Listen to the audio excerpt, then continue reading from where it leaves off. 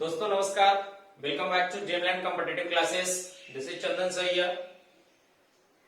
दोस्तों, जो हमारा मिशन मोड चल रहा है 1000 प्रीवियस क्वेश्चन का, ठीक है। तो इस 1000 प्रीवियस क्वेश्चन के मिशन मोड को हम लोग आगे बढ़ाते हैं और देखा जाए तो आज आपका जो है 14th एपिसोड लेकर के हम आए हैं, ठीक है। दोस्तों, पिछले 2 वीडियो लेक्चर्स में मैं आपको बताया था कि ऑप्शन के सहारे क्वेश्चन को कैसे हम लोग हल करें, ठीक है। और अभी मैं आपका वर्क पढ़ा भी रहा हूं, वर्क का एपिसोड भी आपके पास आ रहे हैं।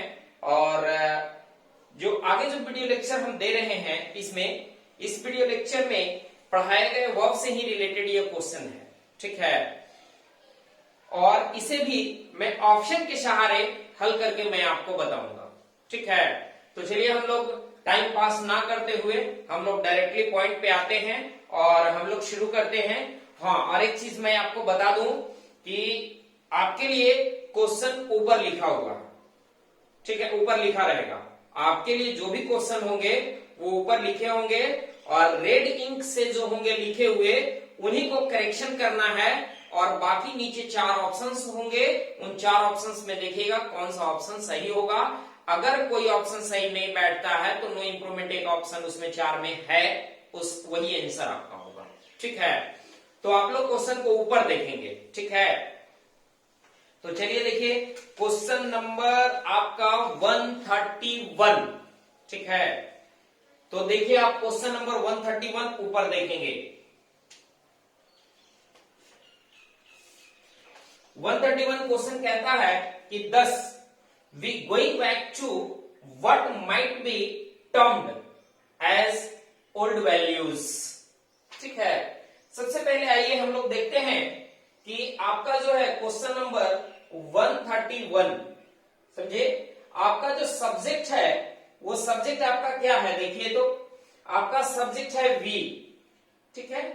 और आप देखिएगा वर्ब के एपिसोड में मैं आपको बता चुका हूं कि सब्जेक्ट के बाद डायरेक्टली मेन वर्ब का फोर्थ फॉर्म यानी वर्ब प्लस आईएनजी का प्रयोग नहीं हो सकता है तब तक जब तक कि कोई भी एक्सुलरी वर्ब उनके साथ नहीं आएंगे, ठीक है। यहां पे कोई एक्सुलरी वर्ब नहीं है यानी मेन वर्ब का फोर्थ फॉर्म नहीं आएंगे। अब देखिए, अगर इसमें मेन वर्ब का फोर्थ फॉर्म नहीं आते हैं तो फिर क्वेश्चन तो गलत हो गया। अब हमें जाना पड़ेगा ऑप्शन पे। ऑप्शन देखते हैं। एक ऑप्शन है वेंट, ठीक है ना। तो सब्जेक्ट के बाद डायरेक्टली मेन वर्ब का सेकंड फॉर्म यानी V2 आ सकता है, इसको हम सही मान सकते हैं। आगे बढ़ते हैं। इसके बाद गॉन, ठीक है ना। गॉन जो है आपका V3 है, नहीं आ सकता है। सब्जेक्ट के तुरंत बाद मेन वर्ब का थर्ड फॉर्म पॉसिबल नहीं है। अगला है वॉज गोइंग, ठीक है। अब देखिए जहां पे देखते हैं हम वॉज और उसके बाद मेन वर्ब का फोर्थ फॉर्म है, इसका मतलब निश्चित रूप से है कि सब्जेक्ट आपका वी है तो वी के साथ तो वाज आएंगे नहीं, ठीक है ना। यानी ऑप्शन सी भी नहीं होगा, ऑप्शन आपका बी भी नहीं होगा और ऑप्शन आपका डी भी नहीं होगा क्योंकि क्वेश्चन ही गलत है। तो बच गया कौन सा ऑप्शन? Option b. तो आंसर क्या होगा आपका? Option B.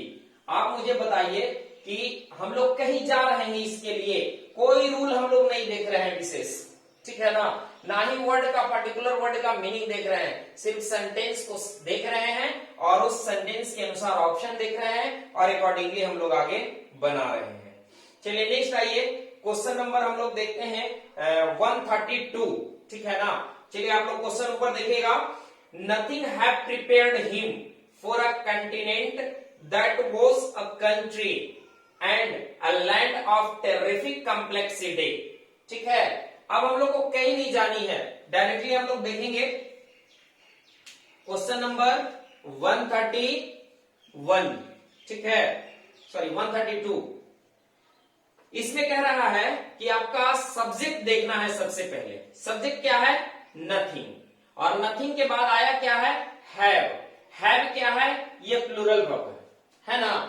अब जरा ध्यान दीजिएगा कि हम आपको बताए हैं कि जब कभी कोई भी सेंटेंस, कोई भी वर्ड जिसकी समाप्ति वन, ठीक है ना, जिसकी समाप्ति बॉडी और जिसकी समाप्ति थिंग के साथ होती है, ठीक है, तो इन सभी को सिंगुलर माना जाता है और इनके साथ सिंगुलर वर्ब का प्रयोग होता है।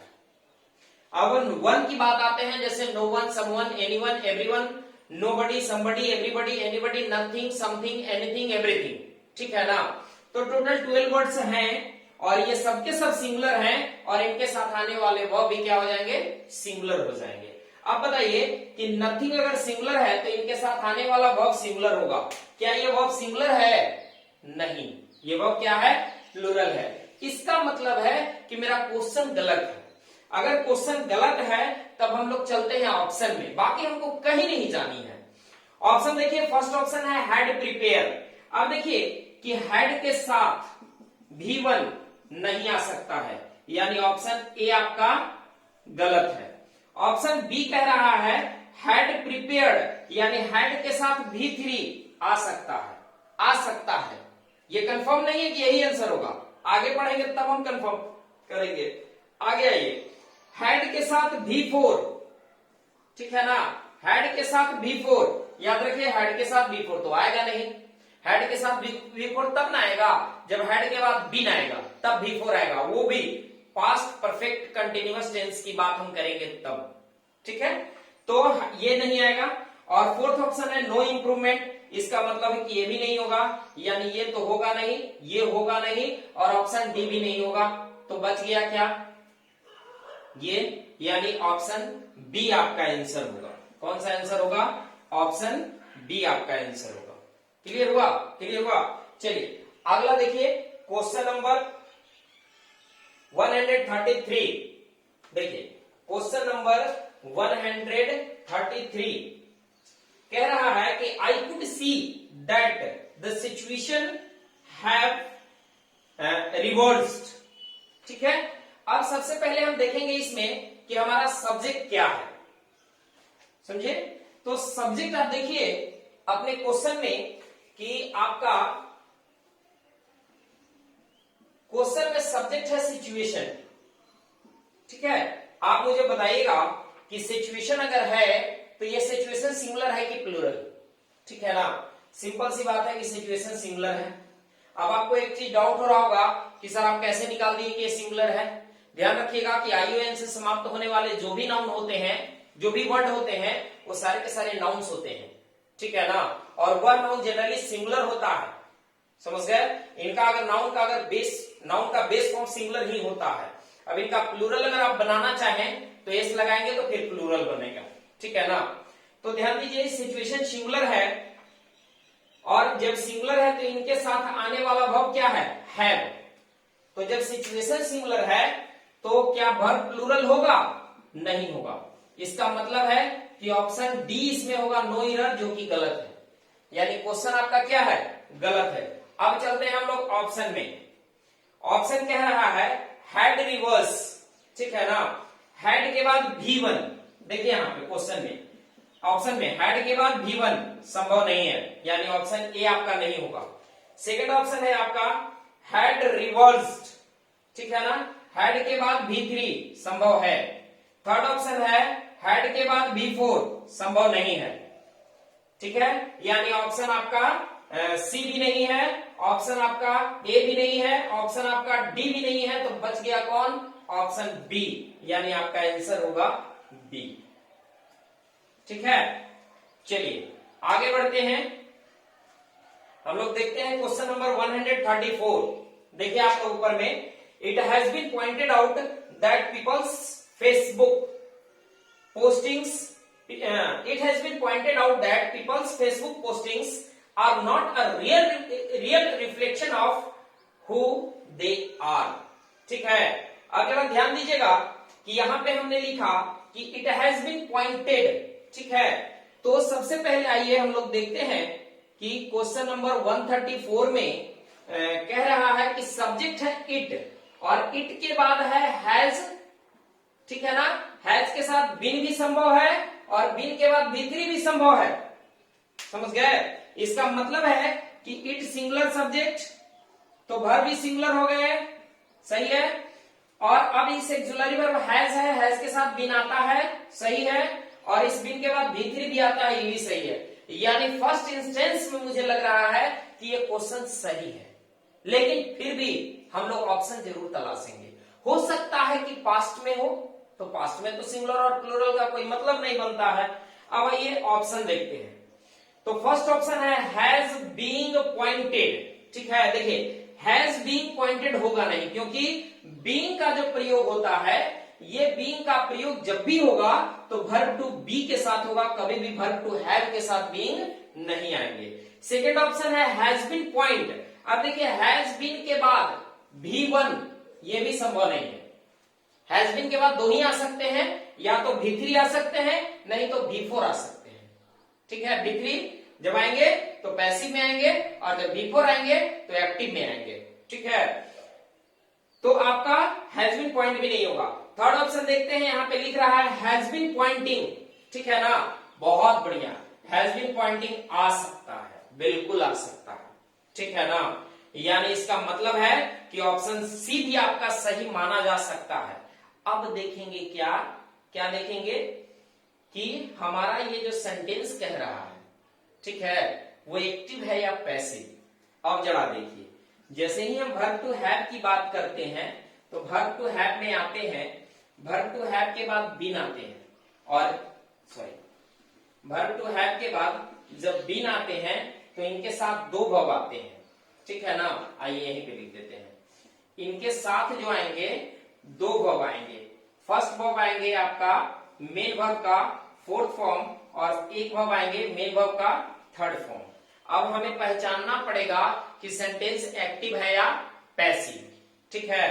तो कह रहा है कि it has been pointed out, ऐसा पॉइंट किया गया है कि, देखिए इट हैज बीन पॉइंटेड, देखिए यह पॉइंट नहीं करता आ रहा है, यह पॉइंट नहीं कर रहा है। इट का मतलब क्या होता है, यह काम करने वाला, पॉइंट करने वाला यह है कि पॉइंट करने वाला कोई और है। ऐसा पॉइंट किया जाता है, या ऐसा पॉइंट किया गया है, या ऐसा पॉइंट किया गया, तो ये सारे के सारे पैसिव आपके हैं, ठीक है ना। क्योंकि हम आपको पैसिव बताए हैं कि पैसिव में सब्जेक्ट खुद काम नहीं करता है, सब्जेक्ट पर काम किया जाता है। तो क्या किया गया, पॉइंटेड किया गया, किसे किया गया, इसे किया गया, लेकिन पॉइंट करने वाला तो कोई और होगा ना। इसका मतलब है कि यह पैसिव है, और अगर पैसिव है तो इनके साथ मेन वर्ब का थर्ड फॉर्म आएगा। तो मेन वर्ब का थर्ड फॉर्म आपका ऑप्शन में ही था, इसलिए आपका ऑप्शन डी होगा, जिसे हम लोग कहेंगे नो इंप्रूवमेंट, ठीक है। चलिए आगे आइए। अब आइए क्वेश्चन नंबर 135, ठीक है ना। चलिए देखिए क्वेश्चन नंबर 135। 135 क्वेश्चन कह रहा है कि yes amazing things has happened with the bench of the with the launch of the internet. ध्यान दीजिए, इसमें कह रहा है क्या, बहुत इसमें जो क्वेश्चन है कह रहा है कि अमेजिंग थिंग्स हैज हैपेंड। ध्यान दीजिए कि यहां पे आपका जो क्वेश्चन है, इसमें जो सब्जेक्ट है वो आपका थिंग्स है ना। जो सब्जेक्ट है वो आपका थिंग्स है। अगर सब्जेक्ट आपका थिंग्स है तो इसका मतलब है कि इसके साथ आने वाला वर्ब जो होगा वो प्लूरल होगा, लेकिन है क्या, हैज, और उसके बाद क्या है, हैपेंड। सबसे पहला चीज जानेंगे इसमें कि हैज के साथ हैपेन तो आएंगे नहीं, क्योंकि वर्ब टू हैव के साथ V3 आता है, जबकि ये है V1। इसका मतलब है कि ये क्वेश्चन गलत है। जब क्वेश्चन गलत है तो हम लोग ऑप्शन की ओर अब चलते हैं। ऑप्शन आपका कह रहा है, ऑप्शन कह रहा है कि इज हैपनिंग, ठीक है ना, इज हैपनिंग। चलिए हम मान सकते हैं कि वर्ब टू बी के बाद V4 का प्रयोग संभव है, चलिए सही है, ठीक है ना। नेक्स्ट आइए, सेकेंड ऑप्शन है कि verb to had, verb to have और प्लस V3, है ना। चलिए ये भी ऑप्शन हैड हैपेंड, ये भी ऑप्शन आपका सही लग रहा है, और ये भी ऑप्शन आपका सही लग रहा है। नेक्स्ट ऑप्शन है हैव हैपेंड, ठीक है ना, हैव प्लस V3, ये भी ऑप्शन आपका सही लग रहा है। अब बताइए कि हम करें तो क्या करें, कौन सा ऑप्शन इसमें आएगा। ठीक है, तो सबसे पहले जानिए क्या कि वर्ब टू हैव में हैज और हैव का प्रयोग प्रेजेंट परफेक्ट टेंस के लिए करते हैं, और प्रेजेंट परफेक्ट टेंस का प्रयोग हम तब करते हैं जब कोई काम खत्म हो गया और उस काम का प्रभाव अभी भी जारी है। ध्यान दीजिएगा, means the work has been completed but the effect of the work is continue now. ठीक है ना, काम अभी भी, उसका प्रभाव अभी भी जारी है। अब बताइए कि अमेजिंग थिंग्स कह रहा है, amazing things has happened with the launch of the internet. आप मुझे बताइए कि इंटरनेट के लॉन्चिंग का तो काम खत्म हो गया, तो क्या इंटरनेट का प्रभाव भी खत्म हो गया क्या? आज भी प्रभाव है ना इंटरनेट का, आज भी हमें प्रभावित कर रहा है इंटरनेट। ठीक है ना, आज आप ऑनलाइन पढ़ाई भी कर रहे हैं तो इंटरनेट के सहारे ही कर रहे हैं। तो काम लॉन्चिंग का खत्म हो गया, लेकिन उस लॉन्चिंग का प्रभाव आज भी है, इफेक्ट उसका आज भी है। तो अगर आज भी है तो वैसी स्थिति में हम प्रेजेंट परफेक्ट टेंस का प्रयोग करते हैं। इसलिए आपका कौन सा ऑप्शन होगा सही, यानी हैव हैपेंड, सी, यानी आपका ऑप्शन सी सही होगा। क्लियर हुआ? क्लियर हुआ? चलिए आगे देखते हैं अगला क्वेश्चन नंबर 136। क्वेश्चन नंबर 136 कह रहा है क्वेश्चन आपका कि the trick is in keep the flavours simple and fresh. ध्यान दीजिएगा, the trick is in keep. देखिए यहां पे प्रीपोजिशन है इन और उसके बाद कोई मेन वर्ब है ना। तो इसका एक रूल मैं आपको बताया था कि जब भी कोई प्रीपोजिशन हो, ठीक है ना, तो प्रीपोजिशन के बाद आने वाला मेन वर्ब हमेशा अपने आईएनजी फॉर्म में होंगे। किस फॉर्म में होंगे? आईएनजी फॉर्म में होंगे। अगर आईएनजी फॉर्म में होंगे तो यहां तो है कीप, गलत है। ठीक है ना, एक प्रीपोजिशन इसमें मैं आपको पहले भी बता चुका हूं कि टू को छोड़कर सारे प्रीपोजिशंस के बाद अगर मेन वर्ब आते हैं तो मेन वर्ब का फोर्थ फॉर्म यानी आईएनजी फॉर्म आएंगे, लेकिन एकमात्र टू प्रीपोजिशन है जिनके बाद मेन वर्ब का फर्स्ट फॉर्म आता है। ठीक है ना, और इसका भी मैं सॉल्यूशन बताया हूं, मतलब एक्सप्लेनेशन में बताया हूं कि कुछ ऐसे फ्रेज हैं जिनके अंत में टू लगा हुआ है, फिर भी उनके बाद आने वाले मेन वर्ब अपने आईएनजी फॉर्म में होते हैं, टू लगने के बाद भी। ठीक है ना, तो इसका एक्सप्लेनेशन मैं पहले बता चुका हूं। चलिए आगे आइए। तो यहां मेन वर्ब का फोर्थ फॉर्म आना चाहिए, मेन वर्ब का फर्स्ट फॉर्म तो आएगा नहीं आएगा। इसका मतलब है कि क्वेश्चन गलत है। अगर क्वेश्चन गलत है तो हम लोग ऑप्शन में चलेंगे। तो ऑप्शन में एक है कीप्स, B5 आएगा नहीं, टू कीप वो भी नहीं आएगा, तो कीपिंग एक ही ऑप्शन तो बच रहा है, ऑप्शन ए। इसका मतलब है कि आंसर हो जाएगा आपका ऑप्शन ए। ठीक है ना, चलिए आगे बढ़ते हैं और हम लोग चलते हैं question number 137। This is very very very important question. ठीक है ना, और ये क्वेश्चन समझने वाली है, बहुत बेहतरीन तरीके से समझने वाली है। ठीक है, चलिए देखिए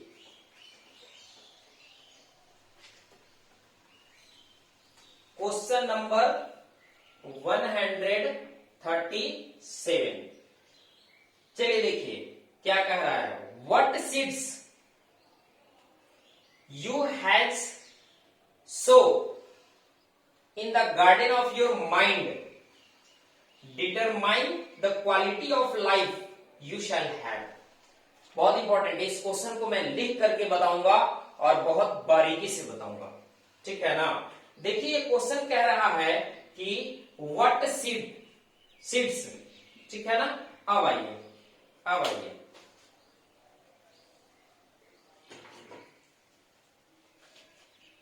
अगला है you has so, ठीक है, in the garden of your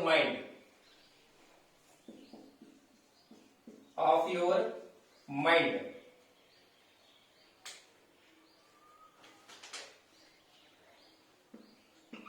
determine the quality of life,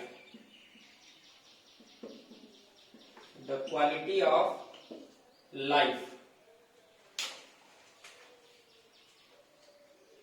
you shall have, you shall have। बहुत इंपॉर्टेंट क्वेश्चन है और इसको बारीकी से आप लोग समझने की कोशिश कीजिएगा, ठीक है। ये कह रहा है कि what seeds you have so in the garden of your mind, और करेक्शन शायद इसी का, ठीक है ना, हैज सो, समझ गए। तो सबसे पहले इस क्वेश्चन को समझिए। देखिए ये जो इस क्वेश्चन में है, ठीक है ना, रेड कलर से जो भी मैंने आपको लिख दिया, ये जो रेड कलर से जो लिखा हुआ है, ये सारे के सारे मिल करके एक क्लाउज बनाते हैं, ठीक है ना। आप कह सकते हैं कि सर क्लाउज को तो कनेक्ट करने के लिए कोई ना कोई रिलेटिव प्रोनाउन की आवश्यकता होती है। मैं भी मानता हूं कि रिलेटिव प्रोनाउन की आवश्यकता होती है, ठीक है ना। लेकिन यदि रिलेटिव प्रोनाउन ना देकर के सिर्फ भाव ही बता दे कि ये क्लाउज है, तो आपको तो समझना होगा, ठीक है। तो एक क्लाउज ये हो गया। जब ये क्लाउज हो गया तो हम कह सकते हैं कि यह जो मेरा है ये सब्जेक्ट है। ध्यान दीजिए, ये जो मेरा है ये सब्जेक्ट है। अगर ये सब्जेक्ट है और ये क्लाउज है, तो हम आपको देखिएगा कि सॉल्यूशन में ही 2 बार मैं बता चुका हूं कि जब किसी भी सेंटेंस में क्लाउज का प्रयोग हो और उस क्लाउज का एंटीसीडेंट अगर सब्जेक्ट हो, तो उस क्लाउज के अंत में वर्ब आएंगे और वह वर्ब क्लाउज के पहले आने वाले सब्जेक्ट के अनुसार होंगे, यानी एंटीसीडेंट के अनुसार। इसका मतलब है कि यहां जो वर्ब डिटरमाइन है तो इसके अनुसार होगा। क्लियर हुआ? तो अब बताइए कि व्हाट सीड्स है। सीड्स क्या है? प्लूरल है। इसका मतलब है कि डिटरमाइन भी मेन वर्ब फर्स्ट फॉर्म है, बेस फॉर्म है, तो प्लूरल नाउन के साथ प्लूरल वर्ब का प्रयोग हुआ। यहां तक तो सही है। आगे अब यहां पे फिर एक क्लाउज आ गया आपका, ये समझे, ये जो आप देख रहे हैं ये भी एक आपका क्लाउज है, यानी यहां डबल क्लाउज का प्रयोग है। अब जरा देखिएगा इस क्लाउज का एंटीसीडेंट क्या है। इस क्लाउज का एंटीसीडेंट है आपका द क्वालिटी ऑफ लाइफ, यही है ना। अब मुझे बताइए कि ये जो क्लाउज का अगर एंटीसीडेंट क्वालिटी ऑफ लाइफ है, तो इसका मतलब है कि इस क्लाउज का एंटीसीडेंट ऑब्जेक्ट है। ध्यान दीजिएगा, वर्ब के बाद आने वाला। तो जब भी किसी क्लाउज का एंटीसीडेंट ऑब्जेक्ट हो, तो उस क्लाउज के अंत में सेंटेंस ही समाप्त हो जाते हैं। देखिए, तो इस क्लाउज के अंत में सेंटेंस खत्म हुआ, क्लाउज खत्म होते ही सेंटेंस खत्म हो गया। इतना तक क्लियर हो गया ना? इतना तक क्लियर हो गया। अब जरा देखिए, यहां मेन वो फर्स्ट फॉर्म है, यानी प्रेजेंट है ना, समझे। Determine the quality of life, तो इसका मतलब है कि यहां भी प्रेजेंट होना चाहिए। अब मैं बताता हूं, कभी भी आपको आदत बताने के लिए, ठीक है ना, किसी की आदत को बताने के लिए और प्रेजेंट आदत हो, तो हम प्रेजेंट इंडेफिनिट टेंस का प्रयोग करते हैं, ठीक है।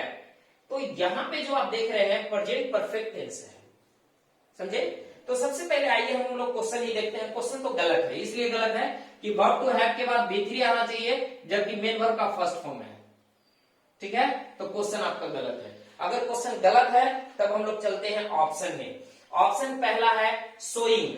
अब बताइए कि क्या सब्जेक्ट के बाद, सब्जेक्ट के तुरंत बाद मेन वर्ब का फोर्थ फॉर्म आएगा बिना एक्जुलरी वर्ब का? नहीं आएगा, यानी ये नहीं होगा। आगे आइए, सब्जेक्ट के बाद सो आ सकता है, क्योंकि सो मेन वर्ब का फर्स्ट फॉर्म है, यानी ये सही हो सकता है ना, हो सकता है। आगे भी बढ़ेंगे। अगला है हैड सो। अब बताइए कि हैड के बाद सो यानी मेन वर्ब का फर्स्ट फॉर्म होगा? नहीं होगा, यानी ये भी गलत है। तो नो इंप्रूवमेंट होगा नहीं। एक ऑप्शन ये भी नहीं होगा, एक ऑप्शन ये भी नहीं होगा। इसका मतलब कि 3 ऑप्शन छट गए, बच गए कौन? सो। तो आंसर आपका क्या हो जाएगा? सो। अब बताइए कि इतना लंबा इस क्वेश्चन को बताने का मेरा मकसद आंसर देना नहीं था, मेरा मकसद इस सेंटेंस को समझाना था आपको, ठीक है ना, क्योंकि रियल जो है सेंटेंस का स्ट्रक्चर जानना था, इसीलिए मैं इतना बताया था। चलिए आगे बढ़ते हैं। अगला है क्वेश्चन नंबर 138। समझे? चलिए आप लोग ऊपर क्वेश्चन नंबर 138 देखिए और उस क्वेश्चन को समझने की कोशिश कीजिए।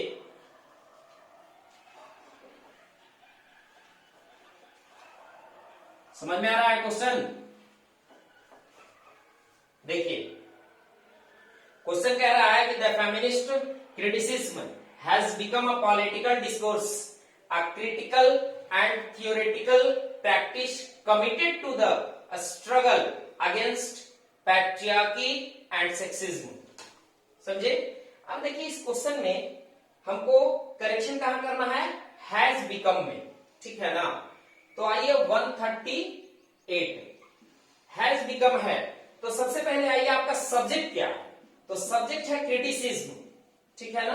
क्रिटिसिज्म एक अब्स्ट्रैक्ट नाउन है और अब्स्ट्रैक्ट नाउन जो होते हैं वो सिंगुलर होते हैं और इनके साथ आने वाले वर्ब भी सिंगुलर ही होंगे। इसका मतलब है कि आने वाला वर्ब सिंगुलर होगा। क्या लिखा हुआ है? Has become, has become. भैया फर्स्ट इंस्टेंस में तो लगता है कि ये सही है, इसलिए कि बिकम, बिकेम, बिकम यानी ये भी3 है और हैज और हैव के साथ भी3 आता है। इसका मतलब है कि फर्स्ट इंस्टेंस में मुझे क्वेश्चन सही लग रहा है। अब जब हम लोग आगे बढ़ते हैं और देखते हैं क्वेश्चन में आगे जो दिया हुआ है, एक जगह आप देखिए कि theoretical practice committed to the struggle. Committed, committed, ठीक है ना? यानी कमिटेड इसका मतलब है कि भी2 है ना? अगर भी2 है सब्जेक्ट प्लस भी2, इसका मतलब है कि ये पास्ट है। और हम आपको बता चुके हैं कि जब किसी भी सेंटेंस में कई क्लाउज अगर जुड़े हुए हों या 2 या 2 से अधिक कंपाउंड सेंटेंसेस अगर बने हुए हों, तो ध्यान रखिएगा कि उसमें अगर एक सेंटेंस अगर पास्ट में होते हैं तो दूसरी सेंटेंस की भी पास्ट में होने की संभावना बरकरार रहती है, ठीक है? तो अगर ये पास्ट है तो इसका मतलब है कि यहां भी मेरा पास्ट ही हो सकता है ऐसा, ठीक है? अब जब हम लोग ऑप्शन में चलते हैं तो ऑप्शन कह रहा है कि हैव बिकमिंग, तो हैव के साथ भी4 संभव है क्या? हैव के साथ भी4 नहीं संभव है। सेकंड ऑप्शन कह रहा है आपका has became, has became, has के साथ भी2 भी संभव नहीं है क्योंकि हैज हैड के साथ भी3 होता है, ये भी ऑप्शन गया। उसके बाद है सब्जेक्ट प्लस भी2, सब्जेक्ट प्लस भी2 बिकेम, सब्जेक्ट प्लस भी2 संभव है और ये भी हम देख रहे हैं कि यहां आपका पास्ट है, तो इसका मतलब है कि इस सेंटेंस को भी पास्ट में होने की संभावना बरकरार है। समझ में आया? समझ में आ रहा है सबको? चलिए आगे बढ़ते हैं हम लोग क्वेश्चन नंबर 139 देखते हैं। क्वेश्चन नंबर जो 139 कह रहा है, इसको थोड़ा गौर से समझने की कोशिश कीजिएगा कि 139 कह रहा है कि Woodrow Wilson was referring to the liberal idea of the economic market when he said that the free enterprise system is the much efficient economic system। ठीक है, ध्यान दीजिएगा यहां पे कह रहा है कि free enterprises system is the much. अब ध्यान दीजिएगा कि सबसे पहले आइए 139, ठीक है ना? इसमें आपका द है, ये आर्टिकल है, उसके बाद आपने लिखा मच, ठीक है, उसके बाद आपने लिखा एडजेक्टिव। और आपको पता होना चाहिए कि द का प्रयोग जनरली सुपरलेटिव डिग्री के एडजेक्टिव के साथ होता है ना? तो इसका मतलब है कि यहां मच जो है ये पॉजिटिव डिग्री का एडजेक्टिव है क्योंकि मच पॉजिटिव, मोर कंपैरेटिव और मोस्ट सुपरलेटिव, ठीक है? तो यहां पे पॉजिटिव डिग्री का एडजेक्टिव नहीं आएगा, इसलिए नहीं आएगा कि डिफिनिट आर्टिकल द का प्रयोग जो होता है वह किसके लिए होता है? सुपरलेटिव डिग्री के एडजेक्टिव के लिए होता है। अब जरा देखेंगे तो यहां मच तो होगा नहीं, तो फर्स्ट इंस्टेंस में देखने से लग रहा है कि ये गलत है। अब आइए हम लोग चलते हैं ऑप्शन में। पहला ऑप्शन है मोस्ट, है ना? मोस्ट यानी मोस्ट हो सकता है क्योंकि मोस्ट सुपरलेटिव डिग्री है, मच, मोर, मोस्ट या मेनी, मोर, मोस्ट।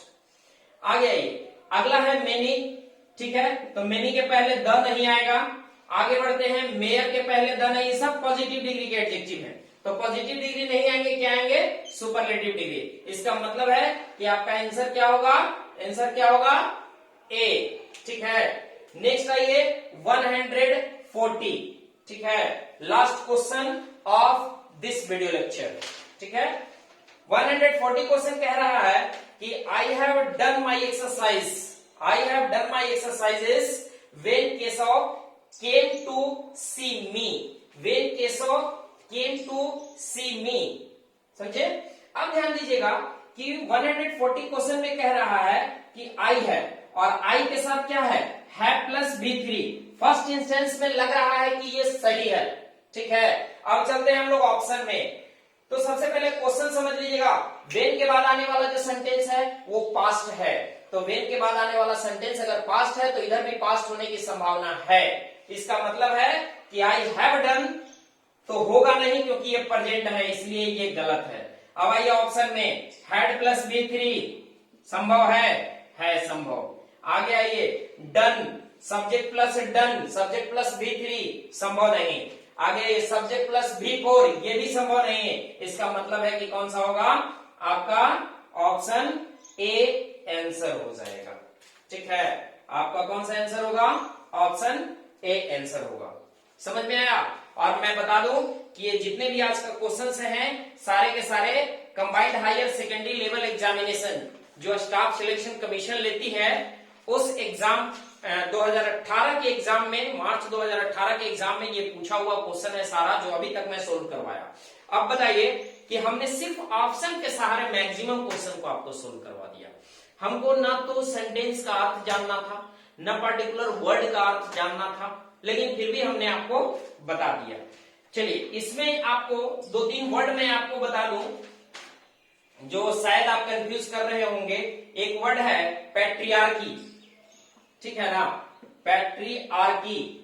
ध्यान दीजिएगा कि ये जो आर्की है, आर्की का मतलब होता है गवर्नमेंट या शासन।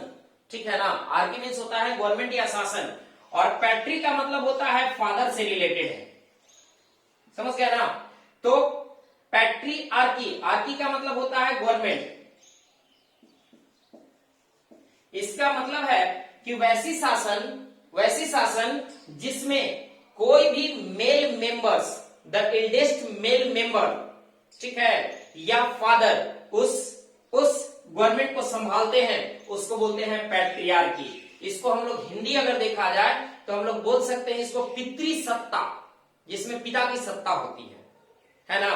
और आज हम लोग के समाज में, खास करके इंडियन सोसाइटी में देखा जाए तो हमारे यहाँ पितृसत्ता ही है।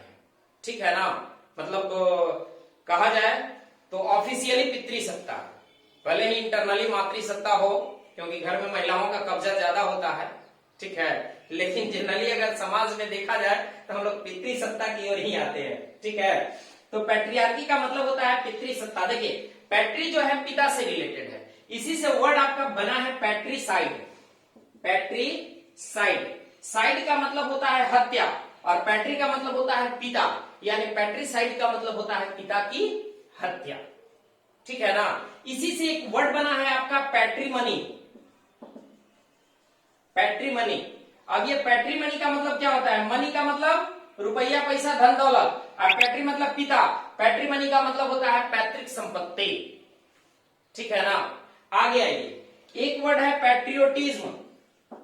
पैट्रियोटिज्म, ठीक है ना, ध्यान रखिएगा कि इस पैट्रियोटिज्म का मतलब क्या होता है। इस पैट्रियोटिज्म का मतलब होता है देशभक्ति। तो ये देख रहे हैं, तो ये सब जो है सारे वर्ड्स इससे रिलेटेड है। और इसमें मैं बताऊं कि एक वर्ड इसमें और है सेक्सिज्म। ठीक है, तो इस सेक्सिज्म का मतलब क्या होता है, ध्यान दीजिएगा। सेक्सिज्म, ठीक है ना, सेक्सिज्म का मतलब होता है लिंग भेद, इसको बोलते हैं हम लोग, लिंग भेद। ठीक है, सेक्सिज्म का मतलब होता है लिंग भेद, यानी हम लोग डिफरेंशिएट करते हैं ना, मेल फीमेल ऐसा, तो ये जो डिफरेंशिएट करते हैं इसी को हम लोग बोलते हैं लिंग भेद, इसे हम सेक्सिज्म बोलते हैं। इसके बावजूद भी अगर वैसा कुछ प्रॉब्लम हो वर्ड से रिलेटेड तो आप मुझे मैसेज कर सकते हैं। ठीक है, तो चलिए आज के लिए इतना ही। Thank you very much, best of luck.